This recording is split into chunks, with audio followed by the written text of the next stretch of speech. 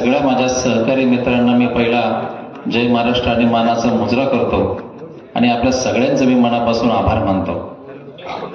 आपण ही निवडणूक आपण युद्धामध्ये जिंकलो आणि तहामध्ये हरलो.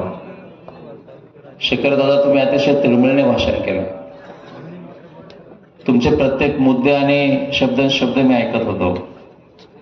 तुम्ही त्यातलं एक नाव अजून सांगायचं विसरलं की करोनाच्या काळामध्ये ज्यांनी अतिशय प्रभावी काम केलं ते डॉक्टर राजेश टोपे देखील या निवडणुकीमध्ये हरले. आता मी येताना नाना पटोलेंची एक क्लिप ऐकत होतो.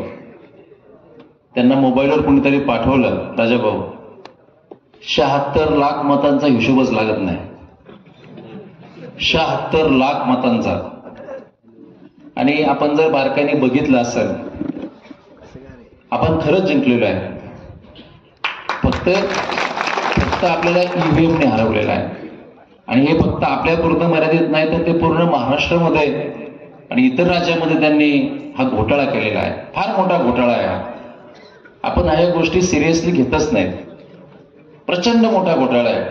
मगाशी तुम्ही उल्लेख केला, अजून कुणीतरी उल्लेख केला, ज्यावेळी देवदत्तजी यांचा फॉर्म आपण भरला, तो सभेमध्ये जो स्पार्क होता, किंवा आदरणीय शरदचंद्रजी पवार साहेब आले, ती सभा आपण सगळ्यांनी बघितली, त्यामध्ये जो स्पार्क होता, किंवा पूर्ण निवडणुकीमध्ये आपण सगळ्या ठिकाणी फिरलो, गावागावामध्ये लोकांचा जो जल्लोष होता, तो बघता निकम साहेब कमीत कमी 25,000 मतांनी निवडून येतील अशी परिस्थिती होती.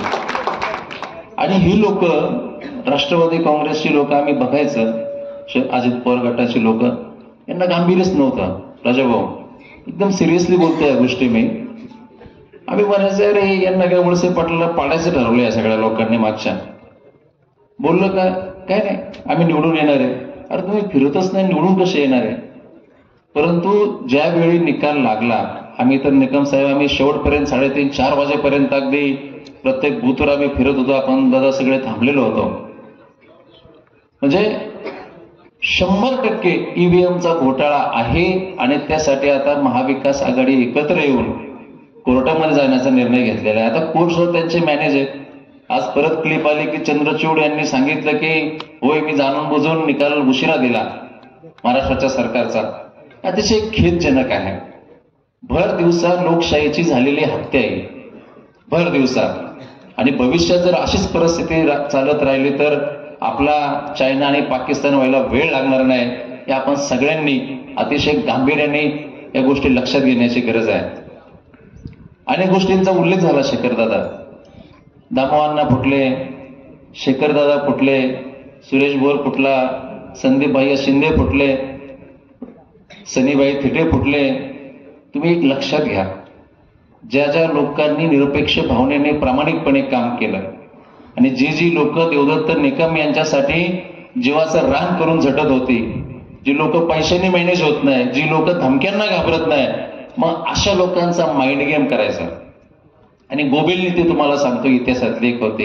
एकच गोष्ट, खोटी गोष्ट वारंवार 10-15 लोकांकडे बोलली तर ते गोष्टी स्प्रेड होत जाते. या ठिकाणी गावडे साहेब तुम्ही त्याचे खूप अभ्यासक आहात, तुम्हाला देखील माहिती आहे.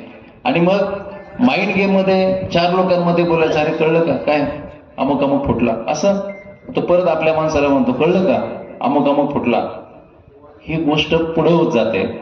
आणि अशी जी माणसं आहेत, जी प्रामाणिक माणसं आहेत, जी स्वाभिमानी माणसं आहेत, त्यांच्या निष्ठेला ज्यावेळी धक्का लागतो ना, ती मानसिकदृष्ट्या खचली जातात.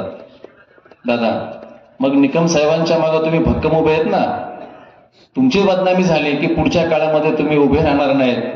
अशा प्रकारचं हे षडयंत्र आणि कूटनीती आहे.